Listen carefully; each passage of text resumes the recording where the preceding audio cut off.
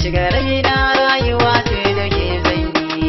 Idan har in babu ke babu ne ma, ka shiga raina rayuwa sai da kai zanyi. Idan har in babu kai babu ne ma.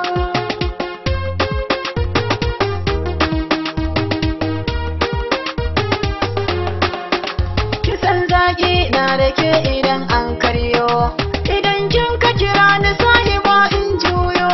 Karya na ga maƙetaci idan ya koyo, kuma irin zibin gudun ki ko zan suma.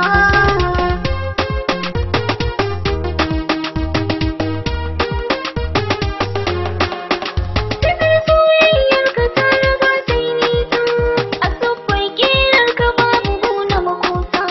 Da ke kalbi na gunka ai da rahusa, kai ne jigon rayuwa a rai ka girma. Idan har in babu kai babu ni ma. Ni ma na zama na ki sahiba kyakkyawa.